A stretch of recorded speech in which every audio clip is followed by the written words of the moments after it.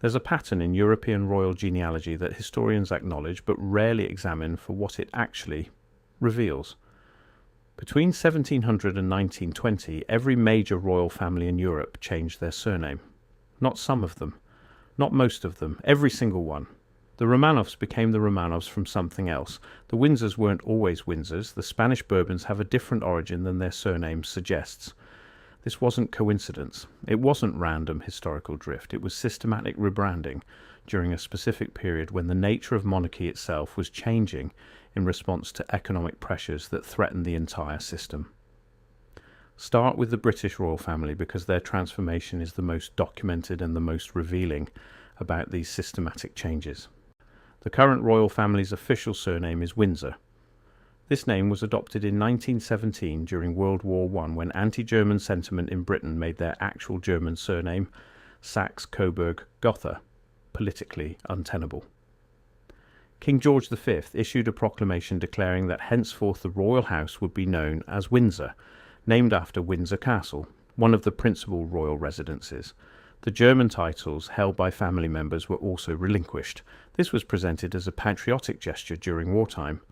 But that German name, Saxe-Coburg-Gotha itself, was only adopted in 1840, when Queen Victoria married Prince Albert of Saxe-Coburg-Gotha. Before Victoria's marriage, the dynasty technically used the name Hanover, though this was complicated by the fact that Victoria as a woman couldn't inherit the Hanoverian throne under Salic law, so Hanover and Britain separated when she became queen. And Hanover itself was only the ruling house name because the previous Stuart dynasty had ended without legitimate Protestant heirs following the death of Queen Anne in 1714, leading to the importation of George I from Hanover. So in just over 2 centuries, the British monarchy went through Stuart to Hanover to Saxe-Coburg-Gotha to Windsor, 4 completely different surnames for what's technically presented as the same continuous institution. The official genealogical explanation is that surnames change through marriage and succession patterns. Queens marry princes from other houses. The dynasty name follows the male line in most European traditions. When there's no male heir, the husband's house name takes precedence. This is all factually true as a matter of genealogical protocol, but this explanation doesn't address why these changes accelerated during this specific period or why they happened across all European monarchies simultaneously. If surname changes were purely about normal succession patterns, they should be randomly distributed across history. Instead, they cluster intensely between 1700 and 1920. This concentration demands explanation beyond simple genealogy. The economic context provides the missing explanation that pure genealogy cannot. 1700 marks roughly the beginning of the modern financial system in Europe. Stock markets were being established. The Bank of England was founded in 1694. The Amsterdam Stock Exchange was already functioning. Government bonds, as instruments for financing state operations, were becoming standard practice. Central banking, government bonds, stock markets, these instruments were developing rapidly and fundamentally changing how states raised money. Monarchies that had previously funded themselves primarily through direct taxation of agricultural production and tariffs on trade now needed to access capital markets to fund wars, build infrastructure, and maintain their courts. This required credibility with financiers who operated internationally and cared more about creditworthiness, repayment capacity, and institutional stability than about divine right or ancient bloodlines. A monarchy that looked provincial, that had a surname too closely tied to a specific region or ethnic group that evoked associations with failed states or declining powers, had difficulty accessing these new sources of funding on favourable terms. The interest rates that monarchies could obtain on their borrowing depended heavily on perception. A monarchy perceived as modern, stable, well-managed and aligned with commercial interests could borrow at 5 or 6%. A monarchy perceived as backwards, unstable or hostile to commercial development might have to pay 10 or 12% if they could borrow at all. Over decades of continuous borrowing, this difference in interest rates represented enormous sums. The incentive to rebrand to appear modern and creditworthy was massive and directly financial. The name changes served multiple specific economic functions that become clear when examined in detail. First, they created legal and financial distance from failed or declining houses. When a royal house bankrupted itself, lost wars that resulted in territorial losses, or became associated with policies that damaged the economy. The association with that name became a serious liability in financial markets. Creditors remembered which dynasties had defaulted on debts. They remembered which houses had debased their currencies. They remembered which monarchs had confiscated property or reneged on agreements. Changing the surname allowed the next generation to access credit without automatically carrying the predecessor's debts, defaults, or damaged reputation. This sounds cynical when stated so directly, but the financial records from this period support it. Several European monarchies that changed names during this period did so shortly after major financial crises or military defeats that had destroyed their credit ratings and made borrowing under the old name nearly impossible or prohibitively expensive. The mechanism worked because financial markets in this period operated on personal relationships and reputation more than modern formalized credit scoring. A banker in Amsterdam or London making a decision about lending to a European monarchy relied on personal knowledge, correspondence networks, and reputation. If the surname changed, if the official dynastic name was different, the new monarch could approach creditors as representing a fresh start rather than a continuation of the previous regime's failures. This wasn't fraud, the succession was public knowledge, but it created psychological distance that made creditors more willing to lend.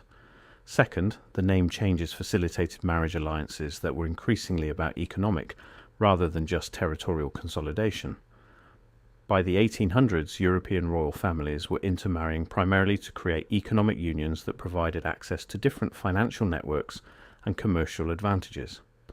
A German princess marrying into the Russian imperial family brought not just diplomatic alliance between Germany and Russia, but also, more importantly, connections to German banking networks, German industrial expertise, and German commercial relationships. The surname change that often accompanied these marriages signaled to financial markets which economic networks the monarchy was now accessing and which banking families they now had relationships with. The Romanovs, for instance, had extensive German connections through marriage that directly influenced their ability to borrow money from Western European banks throughout the 1800s. When Russian government bonds were sold in Berlin, Frankfurt, or London, the German familial connections of the imperial family made those bonds more attractive to German investors who felt they had inside knowledge about Russian stability and creditworthiness through these family connections. Third, and this is the most significant point, the systematic nature of these changes across all major European monarchies suggests coordination and common advice from shared sources. Royal families weren't making these naming decisions in isolation based purely on their own local considerations. They were responding to advice from the same small group of international financiers who moved between European courts, advised multiple monarchies simultaneously, and had a vested interest in maintaining a stable system of European monarchies that could reliably service their debts. The Rothschild banking family, for example, had direct relationships with virtually every major European monarchy by the mid-1800s. They financed British government operations, they financed French government operations after Napoleon, they financed Austrian operations. They had connections to Prussian finance. They were active in Italian unification financing.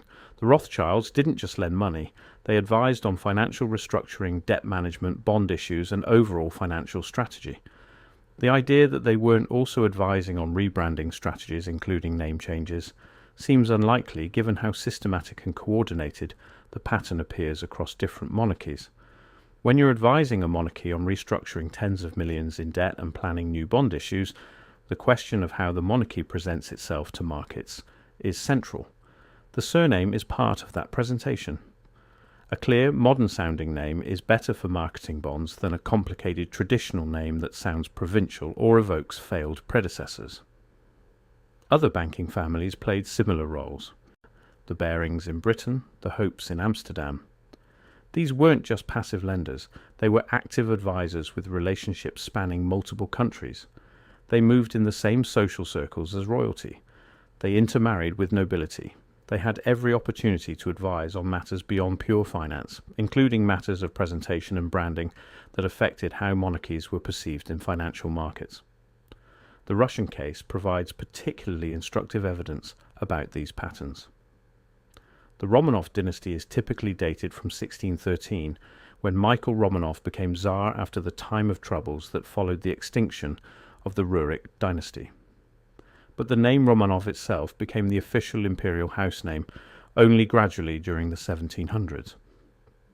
Before that formalization, the ruling family used various titles and designations that emphasized their role as Orthodox Christian sovereigns and Russian nationalist leaders. They were Tsars of all Russia, autocrats, but the family surname as such wasn't consistently emphasized in official documents or public presentation. The formalization of Romanov as the official dynastic surname coincides precisely with Peter the Great's westernization programs in the early 1700s, and Russia's integration into European financial markets. Peter the Great deliberately modelled Russian institutions on Western European examples. He created a navy based on British and Dutch models. He reformed the army along European lines. He built St. Petersburg as a Western-facing capital. He sent Russian nobles to study in Western Europe. He imported Western European technical experts and administrators. All of this required money, enormous amounts of money far beyond what traditional Russian taxation could provide. Peter borrowed extensively from Western European sources. He needed Russian bonds to be marketable in Amsterdam and London. A clear dynastic name helped with this. Romanov became a brand recognizable to Western creditors as the legitimate ruling house of Russia, distinct from the various regional Russian noble families who might also claim authority, or who might complicate questions of who was legally obligated to repay Russian state debts. The name established clear legal succession and clear financial obligation in ways that the previous more fluid system of titles and designations had not. This wasn't about Russian internal politics where everyone knew who the Tsar was. This was about external presentation to Western financial markets, where clarity about who held legal authority over Russian revenues was essential for lending decisions. The German states present the most complex and revealing case because there were literally dozens of royal and noble houses, many with confusingly similar names that made international lending and legal clarity extremely difficult. The Holy Roman Empire nominally united these states, but in practice each maintained significant autonomy. You had multiple houses of Brunswick, multiple houses claiming connections to ancient Germanic tribes, overlapping jurisdictions, confusing succession rules that varied by state. For foreign creditors trying to understand who was legally responsible for which debts, this was a nightmare. The consolidation and rationalization of these names during the Napoleonic period and in the decades afterward wasn't just about a political reorganization following Napoleon's dissolution of the Holy Roman Empire. It was fundamentally about creating clear ownership structures and legal obligations that foreign investors could understand and rely upon. When you're selling government bonds in London or Paris to finance industrial development or pay for wars, investors need to know exactly which legal entity is obligated to repay those bonds. They need clear succession rules so they know who will be responsible for debt repayment in the next generation. A clear dynastic name helps establish that legal continuity. It allows courts in other countries to enforce debt obligations because they can clearly identify the legal entity. It allows bond contracts to specify exactly who owes what to whom. The rationalization of German royal names during the 1800s made German bonds more marketable internationally because investors could understand the structure. This directly affected interest rates and borrowing capacity, which directly affected which German states could industrialize successfully and which fell behind economically. The Spanish Bourbons illustrate the merger and acquisition aspect. The Bourbon dynasty in Spain begins in 1700 when Philip V, a French Bourbon, inherited the Spanish throne. This created the Spanish Bourbon line. But the Spanish Bourbons developed their own distinct identity and eventually their own variant of the surname. This wasn't just about succession. It was about establishing separate credit and separate obligations. Spanish government bonds needed to be distinct from French government bonds. A clear surname distinction helped maintain that separation in financial markets. The Austrian Habsburgs, one of the longest ruling European dynasties, also modified their naming conventions during this period. While Habsburg remained the core dynastic name, the specific designations and titles changed multiple times. The shift from Habsburg to Habsburg-Lorraine in the 1800s reflected the male line extinction and succession through the female line, married to the House of Lorraine. This wasn't unprecedented in Habsburg history, but the timing and the economic context suggest financial considerations played a major role. The Habsburg-Lorraine designation appeared just as the Austrian Empire was restructuring its debt after the Napoleonic Wars. The Danish and Swedish royal families went through similar transformations. The current Danish royal family belongs to the House of Glücksburg, which began ruling Denmark only in 1863. The Swedish royal family is Bernadotte, a house that began in 1818 when one of Napoleon's marshals was elected heir to the Swedish throne. These are dramatic changes in royal lineage justified by succession crises, but enabled by the economic reality that royal houses by this point were fungible. What mattered was access to credit and ability to manage a modern state. The specific bloodline was becoming less important than the institutional continuity and financial credibility. The pattern becomes clearer when you examine what didn't change. Royal families that maintained their traditional surnames throughout this period were generally either very small principalities that didn't participate in international finance, or they were families that went into decline, or were eventually abolished. The families that survived and thrived were the ones that adapted, including adapting their names to match their new economic role. The economic role of monarchy was fundamentally changing. In 1700, a monarch was primarily a landowner who taxed agricultural production and controlled trade routes. By 1900, a monarch was the symbolic head of a state that needed to borrow money, or maintain a currency, participate in international trade under complex regulatory systems, and manage industrial development. The surname change was part of rebranding the institution from feudal overlord to constitutional head of state, operating within a capitalist system. The timing around World War I is particularly significant and reveals the crisis point in this entire system. Multiple royal houses changed names or modified their naming conventions during or immediately after the war. The British became Windsors in 1917, as already discussed. The German Kaiser Wilhelm II went into exile in 1918, and Germany became a republic, ending the Hohenzollern dynasty's political power. The Russian Revolution in 1917 ended the Romanovs completely. The Austrian Empire dissolved, ending Habsburg political power, though the family survived. The Ottoman Empire collapsed, ending the Ottoman dynasty. This concentration of royal terminations and transformations wasn't coincidence. World War I represented a catastrophic crisis in the economic model that had sustained monarchies for 2 centuries. The war was funded through unprecedented government borrowing that left every participant deeply in debt. National debts increased by 500%, 1,000% in some cases. Inflation destroyed savings, currencies collapsed, economic production was disrupted, millions died, social structures were shattered. Monarchies that had based their legitimacy on successfully managing state finances and maintaining economic stability were now associated with catastrophic debt, economic collapse, and mass death. The model had failed spectacularly. The financial system that monarchies had integrated themselves into had produced the worst war in human history up to that point. The credibility of monarchy as an institution was destroyed in much of Europe. The name changes by surviving monarchies were damage control and rebranding in the face of this legitimacy crisis. Distance yourself from the discredited past. Rebrand as a modern constitutional institution compatible with democracy and capitalism rather than as an autocratic system. The Windsor name, for instance, is aggressively English in a way that Saxe-Coburg-Gotha was not. This wasn't about hiding German ancestry, which was impossible to hide and was well known to anyone who cared. It was about signalling that the institution had transformed into something compatible with British nationalism and British economic interests, in a way the previous iteration had not been perceived to be. The revolutionary aspect of this history is recognizing that royal surnames functioned like corporate brand names. They were chosen and modified based on market conditions. They were designed to appeal to specific audiences, primarily creditors and political allies. They were abandoned when they became liabilities.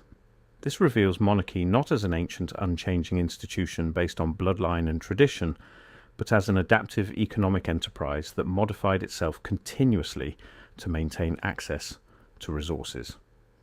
The genealogical records themselves reflect this.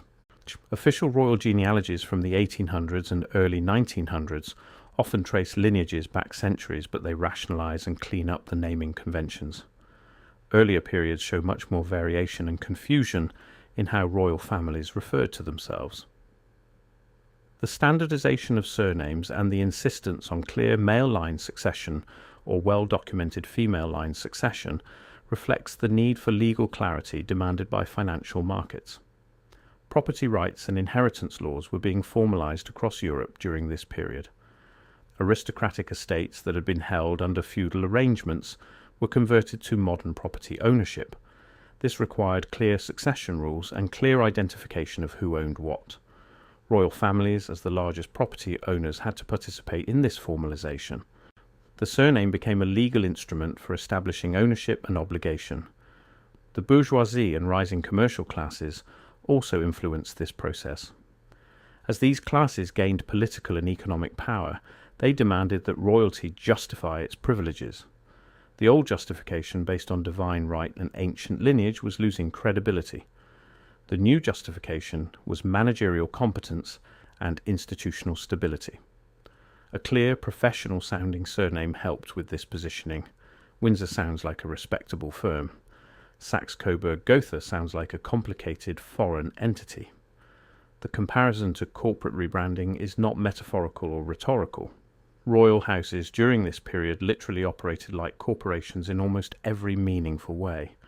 They had balance sheets showing assets and liabilities. They managed large portfolios of properties that generated revenue. They borrowed money through bond issues that were marketed internationally. They issued their own currencies in some cases. They formed strategic partnerships through marriage that functionally resembled corporate mergers, complete with negotiated terms about asset sharing and governance structures. They occasionally went bankrupt and had to restructure their debts under creditor supervision. The Austrian state bankruptcy in 1811 is a clear example. The Habsburg monarchy defaulted on its debts, devalued its currency massively, and had to negotiate new terms with creditors while operating under effective receivership. They maintained their throne, but their finances were managed by creditors for years. The surname Habsburg remained, but the reorganization of the empire and the financial restructuring that followed shared characteristics with modern corporate bankruptcy reorganizations. The surname in this context functioned exactly like a corporate brand name. It was the legal identifier used in contracts and bond issues. It was the public-facing identity used to attract investors and creditors. It was chosen and modified based on market conditions and investor perception. It was designed to appeal to specific audiences, primarily creditors and political allies in other countries. It was abandoned when it became a liability that made borrowing difficult or expensive. This reveals monarchy not as an ancient, unchanging institution based purely on bloodline and tradition, but as an adaptive economic enterprise that modified itself continuously to maintain access to the resources it needed to operate. The traditional presentation of monarchy emphasizes continuity, ancient rights, unbroken lineages going back centuries. The reality revealed by examining surname changes is almost the opposite. Constant adaptation, frequent rebranding, regular modification of identity to match market demands. The historical consensus typically treats these name changes as trivial genealogical details barely worth noting. The standard historical narrative focuses on political events, wars, treaties, diplomatic negotiations, succession crises. The surname changes get mentioned in passing, if at all. When they are discussed, the explanation is purely genealogical. Succession passed to a different branch of the family. A queen married a foreign prince. Normal historical processes. But the systematic pattern suggests something far more fundamental was happening that the standard political and genealogical narratives miss. Every single major European monarchy changing its surname during the same 2-century period when monarchy itself was transforming from a feudal institution to a capitalist one is not random coincidence. It's not just normal succession patterns happening to cluster in this period by chance. It's coordinated evidence of coordinated adaptation to new economic realities that threaten the entire institution of monarchy. The economic transformation of monarchy from feudal overlord to constitutional figurehead operating within capitalist systems required fundamental changes to how monarchies presented themselves and how they were legally structured. The surname change was part of that larger transformation. It was a visible marker of the deeper changes happening in how monarchies related to financial markets, how they accessed capital, how they managed debt, and how they justified their continued existence in an age when democratic and capitalist principles were replacing feudal and aristocratic ones. The implications extend to how we understand modern royal families and their role in contemporary society. They present themselves as ancient institutions maintaining traditions that stretch back centuries or even millennia. They emphasize continuity with the past. They perform ceremonies based on supposedly ancient protocols. They claim legitimacy based on unbroken lineages and historical precedent. But their current surnames, the actual legal names under which they operate financially and constitutionally, are mostly less than 200 years old. Many are less than a century old. The House of Windsor has existed for barely over a century. The Belgian monarchy uses Saxe-Coburg-Gotha still, but that dynasty in Belgium dates only to 1831. They're not ancient institutions in the way they claim. They're modern constructs designed specifically for compatibility with constitutional democracy and capitalist economics. Their current form, including their names, dates from the period when they had to adapt or die. Many royal houses chose not to adapt, and they died. They were overthrown, abolished, or faded into irrelevance. The ones that survive today are the ones that successfully navigated the transition to capitalism by rebranding themselves repeatedly as conditions required. Understanding this changes how we should interpret their role in contemporary society. They're not remnants of feudalism that somehow survived unchanged into the modern era. They're not ancient institutions operating on ancient principles. They're adaptive institutions that successfully navigated the transition to capitalism by fundamentally transforming themselves, including changing their most basic identifier, their surname. They maintain the appearance of continuity while actually undergoing revolutionary change. This revisionist interpretation matters because it reveals how capitalism transforms everything it touches, even institutions that claim to be above or outside economic forces. Royal families present themselves as embodying values beyond mere economics, tradition, duty, service, national identity. But the economic pressures were powerful enough to make them change their very names. If they'll change their names for access to capital, what else have they changed? What other supposed traditions and ancient practices are actually modern adaptations to capitalist requirements? The surname changes are just the visible evidence of much deeper transformations. They're the tip of a much larger iceberg of adaptation and change that the official narratives of continuity and tradition actively hide. Recognizing this pattern means recognizing that monarchy as it exists today is fundamentally a modern institution dressed in ancient costume, a capitalist enterprise wearing a feudal mask, an economic entity that has successfully marketed itself as something beyond economics. The mask is the tradition. The reality is the surname change, repeated across every major royal house in Europe during the exact period when capitalism was establishing its dominance. That's not coincidence, that's evidence of how capitalism transforms everything, even institutions that claim to be timeless and unchanging.